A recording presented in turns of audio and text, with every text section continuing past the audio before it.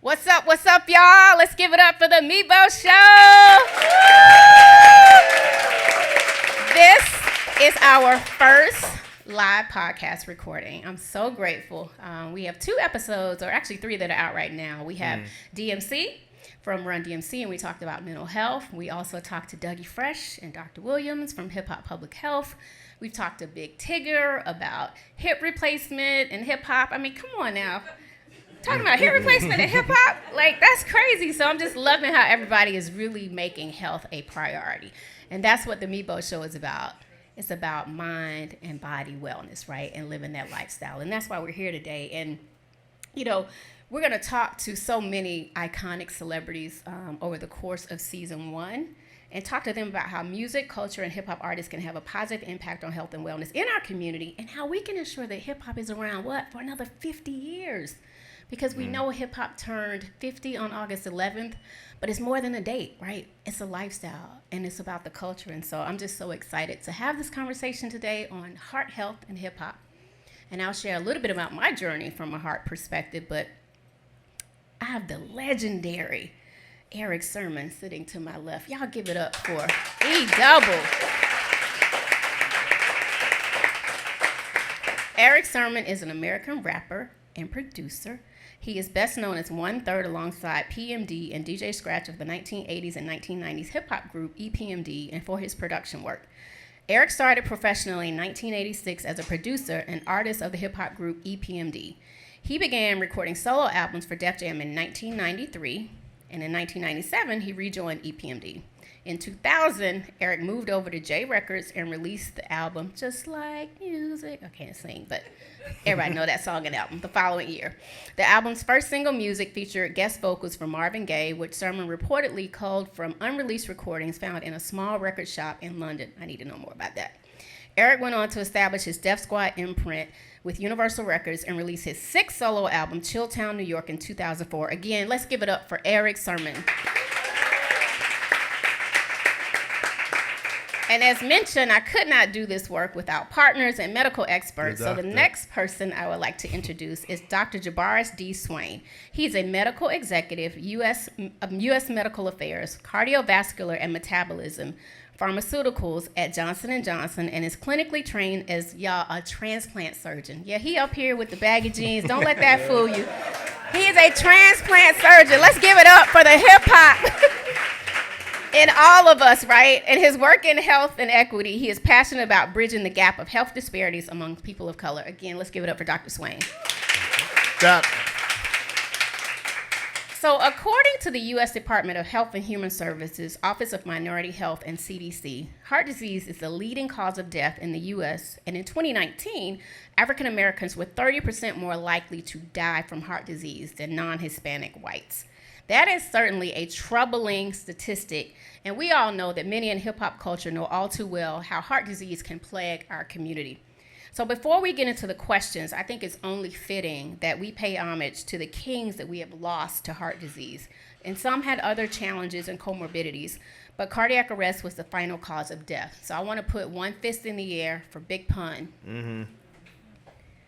Let's keep our fists raised for our brother DMX. Prayers up to the heavens for Craig Mack, for Black Rob, for DJ and rapper Love Bug Starsky, for my friend Big Cap. And I want to give a special shout out and blessings to Curtis Blow, who had a heart transplant in 2020 and by the grace of God is thriving and doing well. Nice. So let's give it up for all those souls that we lost. Their music and their journey and their legacies continue to live on. So y'all ready? Yeah. All right, ready. So let's get into it, and let's get into this mind and body wellness. So Erick, my first question is for you.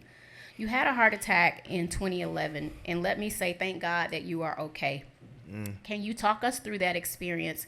And did you have any heart or discomfort or warning signs prior to that or anything in your family? Yeah, well, I was at home, and my head was ringing, but I just figured out I had a headache or something like that.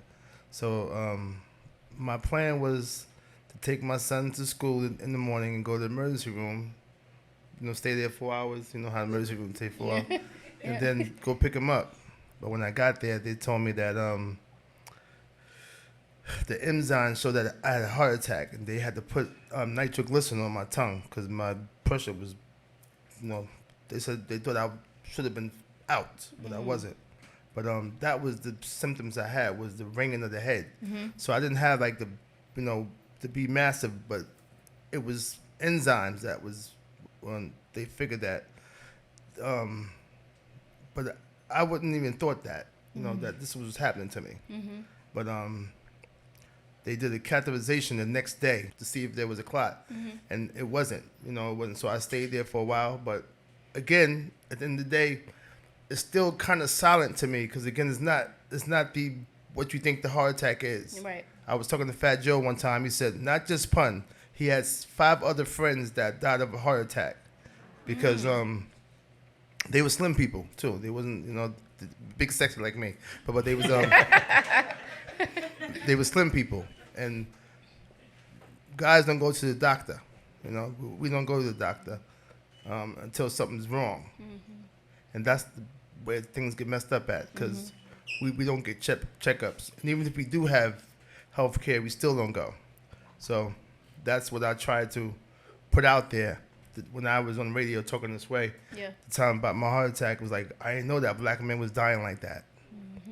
She told me that the women was dying faster in heart attacks, than men was, but I thought it was the opposite.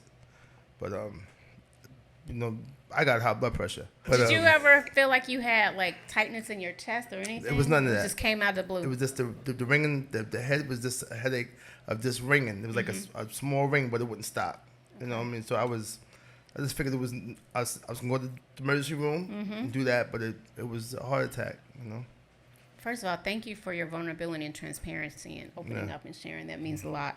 Dr. Swain, let's talk about some of these signs and symptoms, right? Sure. That Erick was talking about. What are the important signs that we need to look out for around heart disease and some of the misconceptions, right, that we have in our community? Well, I think first, Shanti, thank you, because this is something that's needed. I think we always, particularly for our young people, we hear them talk about, I want to get money.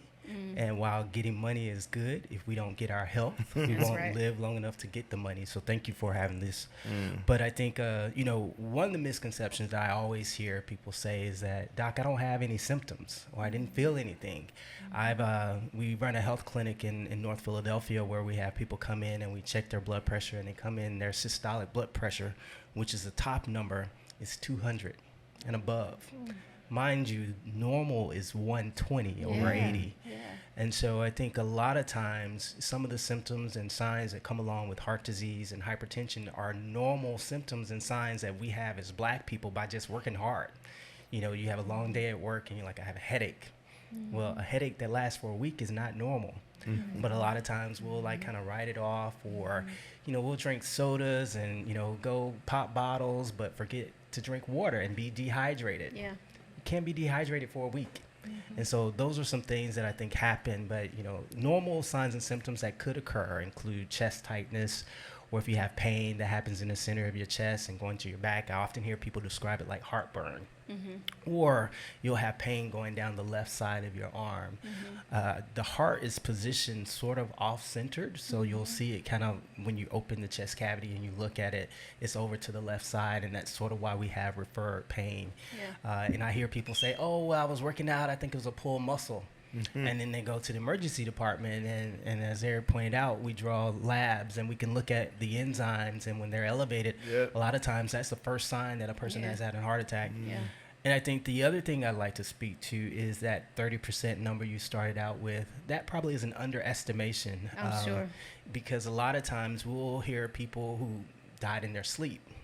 Well, usually if someone dies in their sleep, they don't die from pancreatitis or gallbladder disease. They die from either their heart stopped or a stroke.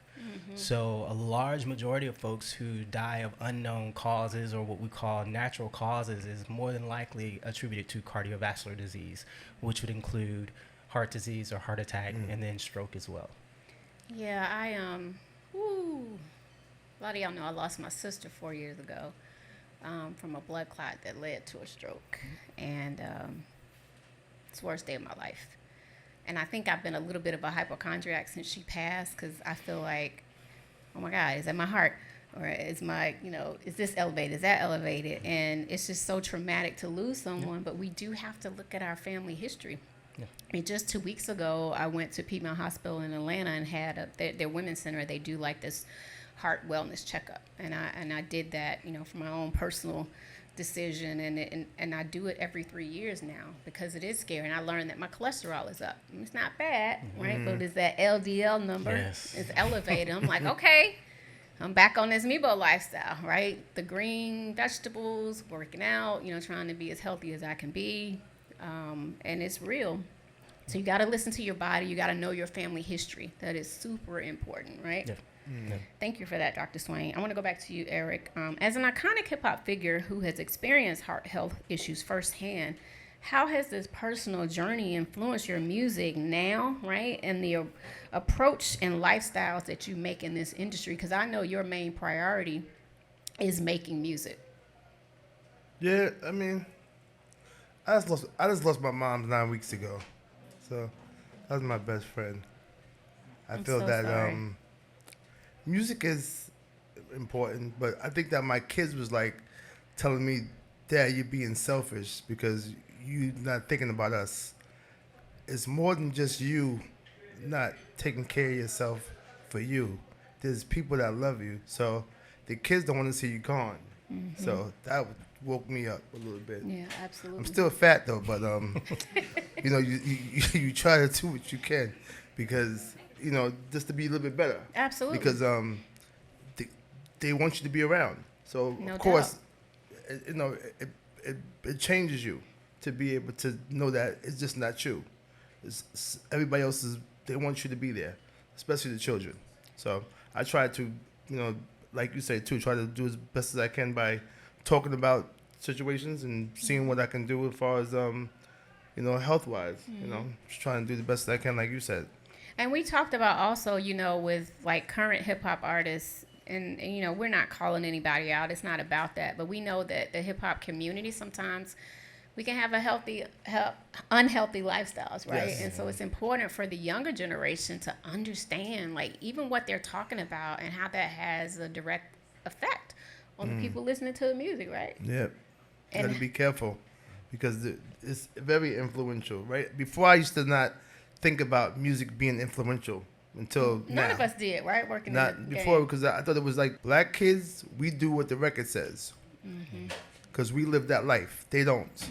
So it's entertainment. And that's where you can't differentiate the two.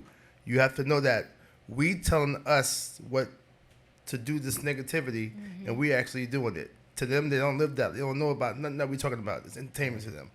So that's where it's messed up. That makes it worse because our kids are actually doing what the record says. Yeah. Yeah. And I know we're like the aunties and uncles now, right? For some in the younger generation. But it's important, though, that you start at home, right? It's each one teach one. And so start right, within your own communities. My play niece Amber is here. I love you. And I need you to take this back to all your friends. She just graduated from B school at NYU. Tell them. Oh, Columbia. I'm sorry, Columbia. Let them all know that they need to be healthy and think about what they're listening to. I mean, I think it's important that as an artist, you get to talk about what you want to talk about, right? I am not for censorship, but at some point, with the way the world is right now, we got to think about what we're saying and what we're doing and what we're even putting into our bodies. So, all right, I'm going to get off my soapbox. I'm going to go back to the doc. Dr. Swain, as a healthcare professional, can you talk about the correlation you notice between the stressors of the hip-hop industry and heart health, and how can we raise more awareness about it? Absolutely. I think, the first thing I have to acknowledge is that stress is real. You probably used to hear your aunts or grandmother talk about stress and, because it's something that we can't see, we don't identify it as being a real barrier or challenge in our life. But stress is a real entity and it can manifest itself in a very somatic way. And when I say somatic, I mean headaches, body aches, tiredness. And in hip hop for itself, that's an area where you have to draw on your creativity. And oftentimes creative juices, happen from trauma or stress that have occurred in your life. And so while those are great inspirations, we still need to kind of provide some guardrails on what we expose our mind and our body to in our area of creativity. And so I think, hip hop artists, going back to Erick's comment, I think, that lifestyle of, you know, going from show to show and performing and being upfront and personable with your fans and the public, that puts a lot of strain on your body. Yeah. And so being conscientious of how you move in regards to what you put in your body and refuel your body, what you put in your body in regards to what you listen to, what you drink, what you eat, all those things will manifest themselves. And I think we just have to be more conscientious of it. And whether you're a hip hop artist or you just everyday blue collar like me, like you still have to be conscientious of. Blue collar? No, I'm just kidding. You know, you still have to be conscientious of. I'm kidding. But I mean, I guess the point I'm trying to make is that, you know, everybody, it has no barriers on how important it is to eat healthy. No doubt. You know, I hear a lot of folks, you know, we eat a salad one time and drink a bottle of water, and then we think we're being healthy. And not just any salad. Oh, let me get the Caesar salad. Right. It took me like forever to learn that was not the healthiest salad to be eating. It's not, but we have to like make it a lifestyle to eat salads, and we have to get massages, and we have to kind of, you know, protect our peace and all the things that help lower the stress that our bodies and our minds are subject to. So it's critically important. And I think oftentimes if you're in such a stressful environment, it will cause you to miss the signs and symptoms that put you at risk for developing heart disease. Absolutely. So just, you know, be aware of yourself, your environment, and your body, I think is most important. No doubt. And while we're talking about that, because, you know, most of you all know that I have a nonprofit called Silence to Shame, and we focus on educating the community around mental health and wellness. Oftentimes, too, if you're really stressed out, a panic attack, right, can mirror heart symptoms. Can you just talk about that a little bit so we can educate the community? Yeah, no, absolutely. And I think now, you know, panic attacks used to be something that you saw in the soap operas. It wasn't really a real thing. But now I think in the era of, one, stress, trauma, and this growing, I guess, endemic of anxiety. Like now we have so much going on, shootings, all this kind of stuff. Every time you walk outside, there's something that's stimulating more anxiety. And I think those are the things that help fuel panic attacks. And usually how they manifest themselves, or panic attacks themselves, will come up as like chest pain or tightness, a feeling of, oftentimes patients will say impending doom.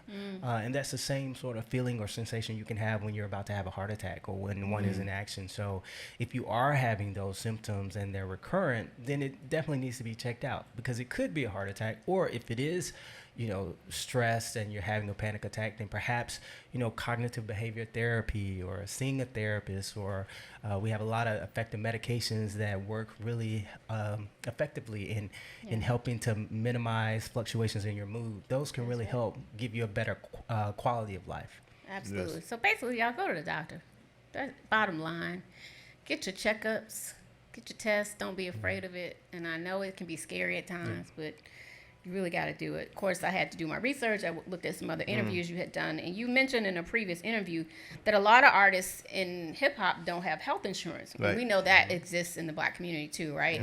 From whether it's socioeconomic issues or different reasons why, you know, there is a lack of access to care.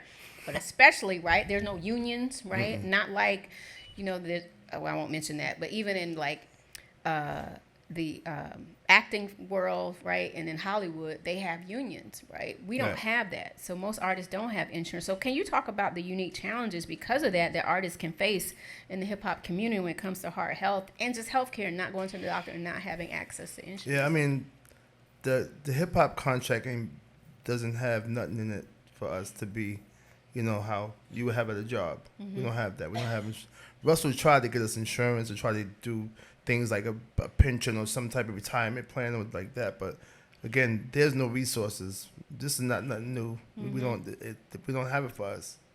You know, famous or non-famous, we have to pay for it privately if you can't get insurance. Right. But a lot of the people who talk about the doctor that I be around do not have insurance. So basically, our call to action for the music business and the hip-hop community is we need a union, or we need something established so we can get these artists health care, right? I mean, we try to. This platform is important, like the rest of important. We just, you know, our people got to get it together. We can talk to you blue in the face. Somebody got to listen and put some action, because you know, we just don't want to get together. We are the most prominent, smartest, brilliant people in the world. If I would have known that I was a king back then, nobody told me that till later. You know, we didn't know about that. We thought that we was, you know, again, slaves. I didn't know we was that. And we come from a place where all the resources in the world, that diamonds and gold and money, and how King Tut and Cleopatra and them was rolling around with all this, you know, this rich people.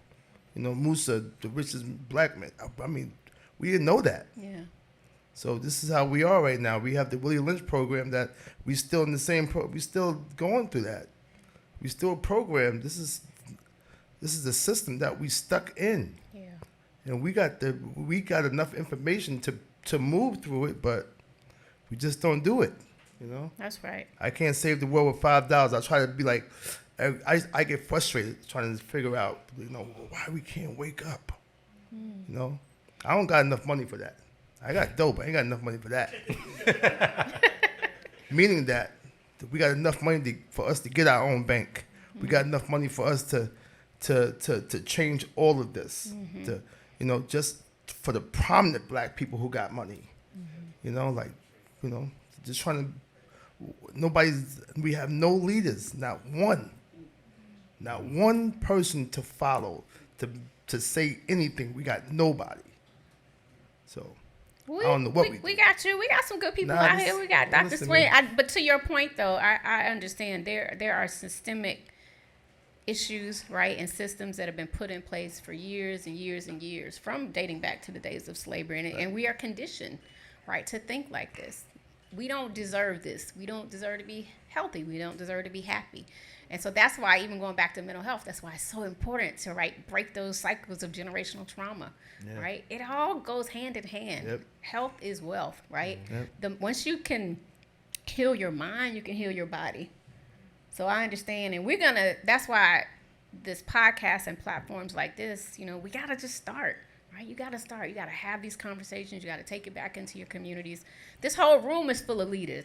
My boy Adrian from MLB. Yep. We got NBA up in this piece. Yep. No doubt. We got leaders in this room. Yep. LVMH with a slew of portfolio brands. Like, we got real leaders that are doing big things in the African American community. And this is where it starts. Right here, taking this back into the community. Nurse Noel. We got a leader in healthcare right there. Love you, Nurse Noel. Thank you for being here, Anthea. So we got work to do. I just got a few more questions for you. I want to go back to Dr. Swain. What does the future of heart health look like, and what strides are being made for communities of color, even though we know we still got a long way to go? Right. But there are things that are happening right now around heart and healthcare, and so tell us what's going on. There are, and I think, you know, the most important thing to focus, or that's front and center, is that heart disease is the number one cause of death globally. Whoa. If you go anywhere in the world, cardiovascular disease is the number one killer. And, you know, it would be really unfortunate for a group of people who are probably the most talented, the most distinguished, the smartest, the fastest, the most creative, to have over half of their population wiped out because of something that could be prevented. And that's cardiovascular disease. And I'm speaking of people of color, because we are, for all comorbidities, we are at double, if not more, greater risk of having the disease or dying from it. And so it's really important for us to pay close attention to not only heart disease, but diabetes, hypertension, all the things. Yeah. But there are some things and resources, and I think, you know, it's unfortunate, but it took some of the systemic injustice that occurred throughout the country for corporate sponsorship to occur. You have companies like Johnson & Johnson, who, you know, has, you know, invested $100 million in a program to try to help bridge the gap of health equity, and to try to establish programs where they meet people of color in their communities. And they're doing more than just, you know, going to church. Because I think people used to think that, oh, let's get to the black community by going to the church. But we exist in a variety of different spaces. And so I think you'll begin to see organizations show up in, you know, different spaces that we normally would not have seen them in a way to reach us where we are. There are a number of different, over the past maybe 6 to 8 months, we've seen a lot of people die from heart disease. And I think it's now created visibility. You see athletes and you see folks of younger age. It used to be that, grandma, 65 years old or 75 years old, she has heart disease. But you're seeing 24-year-old athletes drop dead. Talking to my friend Leah Wilcox about this. Yeah. And so, it's unfortunate that it took lives to be lost in order for us to wake up to save lives. Yeah. But I think we're going to be seeing more resources come down the pipeline for cardiovascular diseases. And we have to not only lean on organizations like Johnson & Johnson, but we also have to lean on, our jobs and our recreational spaces. There should be no reason why an artist signs a contract and it should not include a clause that health 100%. Insurance like a regular be job. A part of it. Yep. I mean, they are workers themselves. Yes. And so, those type of innovative thinking and ideas need to come into all conversations. Again, as I started, your health is your wealth. I mean, if you're walking around with a pacemaker, you can't, get to work and be creative and thrive in the way that you want to. And so we need to start early. We need to start educating our young people. A lot of the cardiovascular diseases that we see, are coming up in our younger population. We see diabetes, hypertension, all the things again. And so, I guess to round it out, I would say there's a lot of corporate involvement, but we have to also take the onus on ourselves and take the information that we're capturing here and spread it to our loved ones and make sure there's an awareness. And then we also have to be involved in advocacy, not only for ourselves, but for each other. Absolutely. And, it's easy to say, okay, I'm gonna do this, I'm gonna make a change, but we know we're all human, right? Yep. And nobody's gonna necessarily change overnight, but it's about incorporating it into your lifestyle and setting small goals for yourself. I know for me, I like the occasional cocktail, right? Like everybody else, but I'm trying to do a dry week until I get to the weekend, right, to enjoy myself and indulge. And I was meeting with a friend who is a doctor also after I had realized that my cholesterol was up, and she was like, just choose wisely throughout the day. So if I want to have some carbs, I can't have my 4 favorite carbs in one day, or I really shouldn't, right? And I need to maybe eat earlier in the day, right? And I'm incorporating I'm doing more egg whites instead of just a regular egg. So it's different things that you can do to incorporate into your daily regimen. And we got to hold each other accountable. You need accountability partners in so many different things in life. And so why not have that from a health perspective? I look at Angelique Miles' Instagram all the time. And can I tell your age? Stand up. She is 57, y'all. And what? This sister is fine and beautiful and healthy and living the lifestyle and walking the walk and not talking the talk. I mean, she looks great, but in all honesty, she's healthy and she's living that lifestyle. And so we scroll through everybody's pages, forward her page on to everybody, say, this is what we need to be doing, right? Nutritionists and different things. We've got to hold each other accountable. My dear friend, if I can share sincere a little bit, some years ago, I don't know how many years it has been now, but he is cancer-free now, but he experienced that. But I was so impressed. And he used to tell me, you need to do this, Dosh. You need to do this. You need to, because it's so much of what we eat affects, right? How things affect us in the body. And he was eating so healthy and juicing. And I was like, and it was before I went through my health issues and I just didn't understand it. But when your friends try to give you that good information, you got to listen to them. You got to take that advice. And now he's thriving and doing so well. And he's healthy, and that's what I just want for you all. I want us to be healthy. I want the hip-hop community to be healthy. And so what is your call to action for the hip-hop community? What would be your one call to action for us, Erick? Yeah, just to step up and listen and try to take it more seriously, to try to, just to better yourself, you know. Because right now, I just think that I can't trust an artist. I have to start at home, with the parents, because I think that my mother's generation was the last real parents that beat you and discipline the whole nine. And then, no, for real, seriously, we wasn't prepared for social media. So we gave our kids a phone, an iPad, the whole nine, and we calmed them. Yeah. And they was taught by the internet. So we lost all of that. And we didn't know. So, but now you got kids that don't care. There's no more spiritual in them. They don't got no fear. They have no, they disrespect, man. You know, it's what they doing, you know. So I think that at home we have to fix that too. And hip hop. Get back to our roots of hip hop what too. we did in the black community. Yeah, as a and family. try to you know try to get but buy black though too. I think that you know I'm on the web looking for some black restaurants and black stuff to buy. Try to put it. That's powerful. We can do that again too. Like Scratch got his. You know, he was the first one I saw with his own network, Scratch Vision. Yes. You know, he make $1 million. He didn't give me no money though, but he.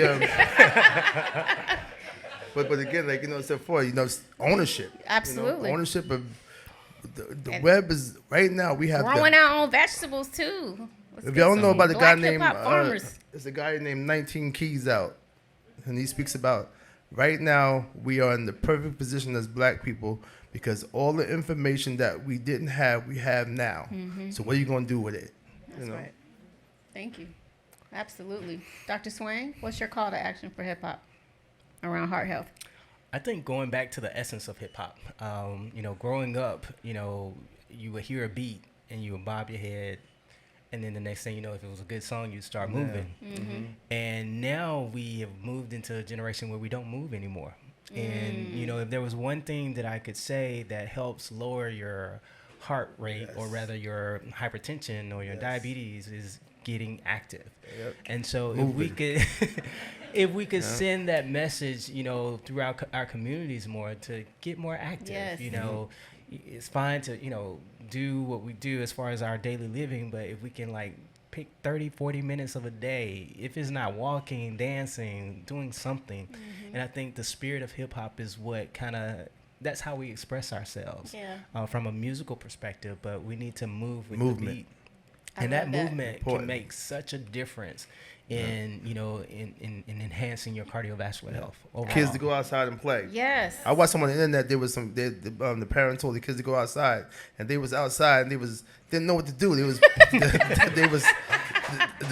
looking at the wind and playing with trees. They was like, they didn't know how to play. They don't know how to play. If they ain't this, they don't know how to, they couldn't play. That's true. You know, so that's crazy, right? Don't know how to play. I love that. And you know, we're in the year of celebrating hip-hop, our beloved genre of music, and I am the hip-hop professional, so I need to know, Erick Sermon, when did you fall in love with hip-hop? Yeah, but I'm from Long Island, New York, but the city was the city. But I thought it was we started too, because we had graffiti, we had breakdancing, we had DJing and rapping. But of course, I was watching Soul Train, and there was Shalimar had a member in there called the Pop Along Kid. That was, you know, I don't know, I'm going way back with it, but teach. And he was the first one that I saw doing the popping. And after that, my mother came home with a record called Apache. It was a green album, and she came on with Rapper's Delight. So I had these two my first thing. So even though I heard the block rapping, but Rapper's Delight, everybody was like, you know, I started after that. I love that. I still have those 12 inches at the crib. Dr. Swain, when did you fall in love with hip hop? You know what? I'm not gonna age myself that much. Yeah. Come on. I'm originally from Atlanta, and so Outkast was sort of like the thing. And man, you're a baby. I ain't gonna age myself. I first started off, you know, right? It's Outkast. And so, you know, you might as well say the baby or something. Shout out to Big and Dre. So, you know, it was sort of that AT-alien identity that really kind of helped conceptualize it for me. And, you know, from then on, you know, throughout, I was in the band, marching band, and did that sort of thing. And even now, you know, in surgery, we play music. And Do you really? Yeah, I did my my fellowship at the I did general surgery in Boston at the Brigham, at Harvard, and then also my fellowship at Penn. And I walk into the room and I'm listening to Ja Rule and I'm like, wait a minute, I'm the only black surgeon in here. But it's just interesting how, you know, just the influence, it permeates races. And so, you know, I think hip hop has that ability to cross cultures and cross like genres and where people are from. And so it's really something that, you know, for it to have lived for 50 years, you know, we really need to make a concerted interest to keep it going for 50 more years. Yeah, no doubt. Hey, man, y'all can clap to that. Appreciate everything. All right, so we're going to wrap this up. Thanks again to our guest today, Erick Sermon. You Dr. Everything? Yes. I want this you one to be... You want to say something else? I just want us to have a good one, that's all. I think y'all think it was a great conversation, right? Yes. Oh, yeah, I got to put this out there, too. July 2nd was a year and 1 month me being free from opioids. Yes. Woo!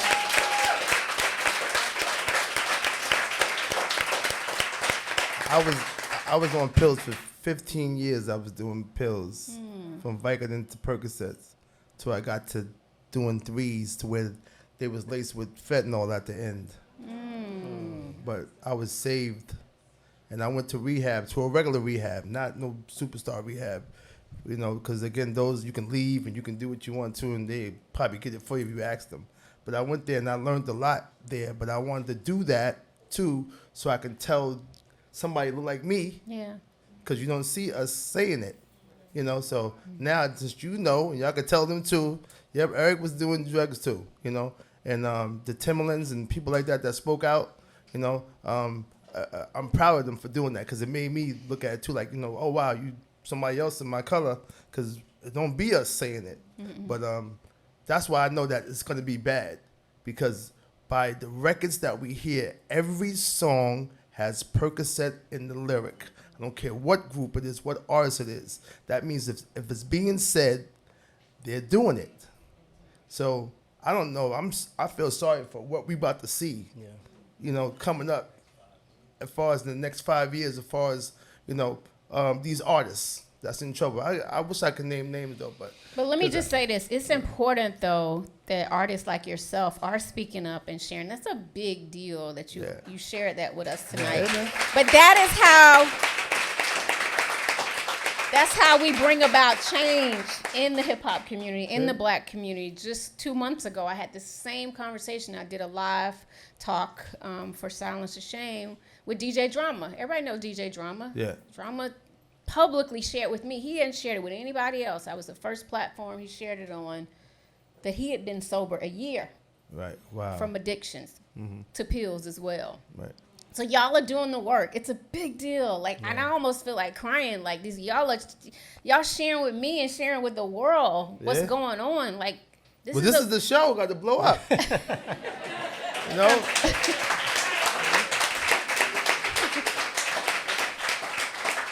But real talk, it's about being here for the next generation and trying to help and heal. And so that's why we're so grateful for y'all again for coming tonight. Again, I want to thank you, Erick Sermon, Dr. Swain, Johnson & Johnson, Antoinette, Lizandro, Lauren, everybody from their team. Also, special thank you to Don Pooh and Sincere for helping us get this venue. Thank you, Marsha and the team, everybody at Brooklyn Chop House. This was our first live show, so please make sure you, when this comes out, but even now, because we got episodes out, that you rate and subscribe to the Mibo Show. It's on YouTube, it's on Apple Music, Spotify, and soon, hopefully, other platforms. And I just want to remind you to consult with your own doctor before making changes to your diet, your medical plan, or your lifestyle. But take time to live the Mibo lifestyle, because it is all about mind and body wellness. Thank you, and God bless you. Thank you.